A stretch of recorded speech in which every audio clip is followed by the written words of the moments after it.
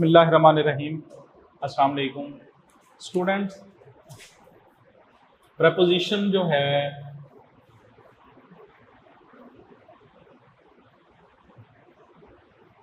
हमने जो स्टार्ट की थी उसकी एक्सरसाइज नंबर 5 तक हमने कंप्लीट की थी, जो कि आपके टेस्ट में भी शामिल थी।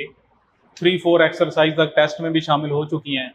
तो एक्सरसाइज नंबर जो 6 है प्रपोजिशन की, उसको आज हमने सॉल्व करना है कि किस तरीके से, जैसे हम पहले हर सेंटेंस को 4 ऑप्शन हमारे पास मौजूद होते हैं, तो उसमें से जो प्रपोजिशन है वो हम राइट भी करते हैं और उसको साथ याद भी करते हैं और कोशिश करते हैं कि उसका साथ मीनिंग मतलब भी साथ लिख लिया जाए ताकि उसको याद करने में थोड़ी सी आसानी रहे। तो सेंटेंस नंबर 1 है जी, there could be no compensation dash this loss. Compensation for होता है बेटे किसी चीज की तलाफी, ये मीनिंग भी साथ लिख लिया करें, किसी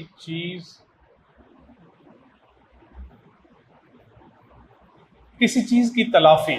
और मीनिंग याद करने से थोड़ा सा प्रपोजिशन की सिलेक्शन में भी आसानी हो जाती है। विद टू ऑफ फॉर, तो इसकी जो प्रपोजिशन है वो फॉर है, किसी चीज की तलाशी। Compensation for, there could be no compensation for this loss. अच्छा बेटे, उसके बाद आ जाएं आप सेंटेंस नंबर 2 के ऊपर। I have controversy dash issue.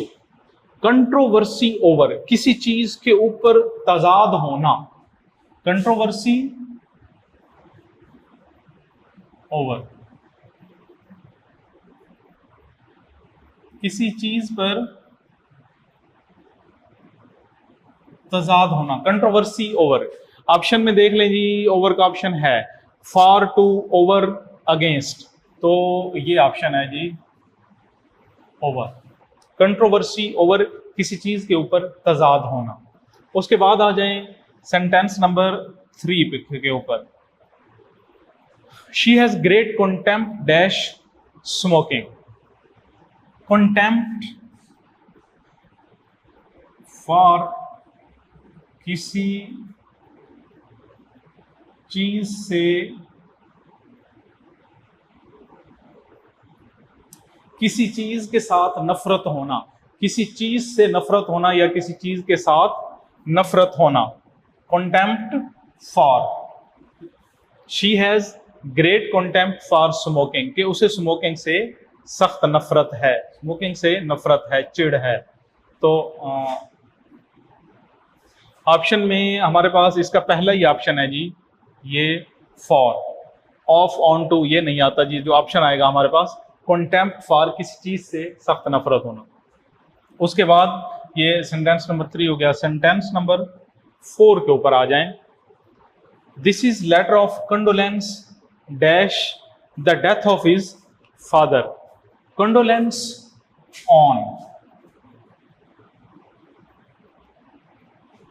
अफसोस का इजहार करने के लिए। कंडोलेंस, ताजियत, ताजियत का इजहार।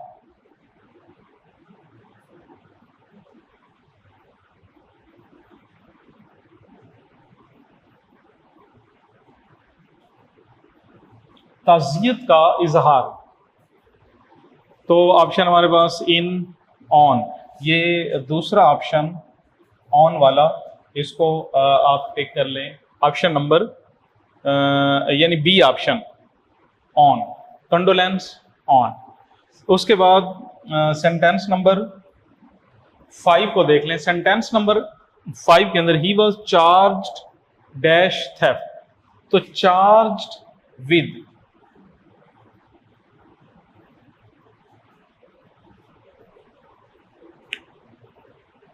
जैसे ब्लेम्ड एक वर्ड है, चार्ज या ब्लेम्ड, तो ब्लेम के साथ भी, विद चार्ज के साथ भी। He was blamed with theft, he was charge with theft. मोरद इल्जाम ठहराना, किसी के ऊपर कोई इल्जाम लगाना या कोई इल्जाम ठहराना। चार्ज्ड विद, हमारे पास ऑप्शन में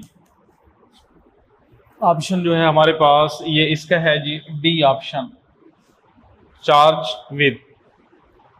तो उसके बाद आ जाएं सेंटेंस नंबर 6। सेंटेंस नंबर 6 पे है बेटा, he gave me caution dash the coming danger. Caution against होता है, यानी इतला देना, खबरदार करना, आगाह करना, मुतल्ला करना।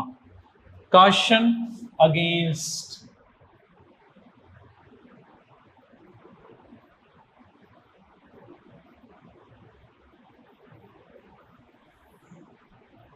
खबरदार करना। कॉशन हमारे पास टू, ऑन, अगेंस्ट, ये ऑप्शन है जी, अगेंस्ट, कॉशन अगेंस्ट, यानी he gave me caution against the coming danger, आने वाले खतरे से आगाह कर देना, खबरदार कर देना। उसके बाद है सेंटेंस नंबर 7। सेंटेंस नंबर 7 है जी, Nadeem has no control dash his rag. Rag गुस्सा, कंट्रोल ओवर, काबू में रखना, किसी चीज के ऊपर कंट्रोल रखना, कंट्रोल ओवर, किसी चीज पर काबू रखना।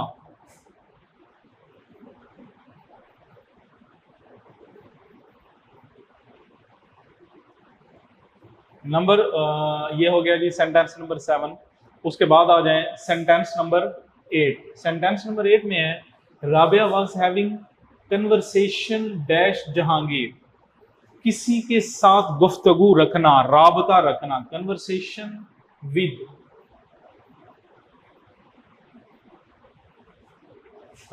किसी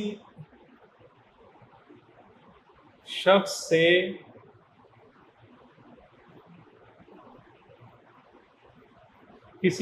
से राबता में होना, कन्वर्सेशन विद। उसके बाद है जी ये ऑप्शन में हमारे पास ये सी ऑप्शन हमारा विद का जो है, ये वहां पे कन्वर्सेशन विद। उसके बाद है sentence number 9, a hungry man craves dash food. Craves for, किसी चीज की के लिए तलबगार होना, क्रेव फॉर, किसी चीज के लिए तलबगार होना, craves for, hungry man craves for food.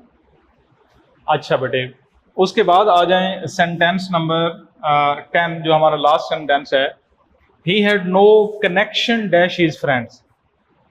Connection with,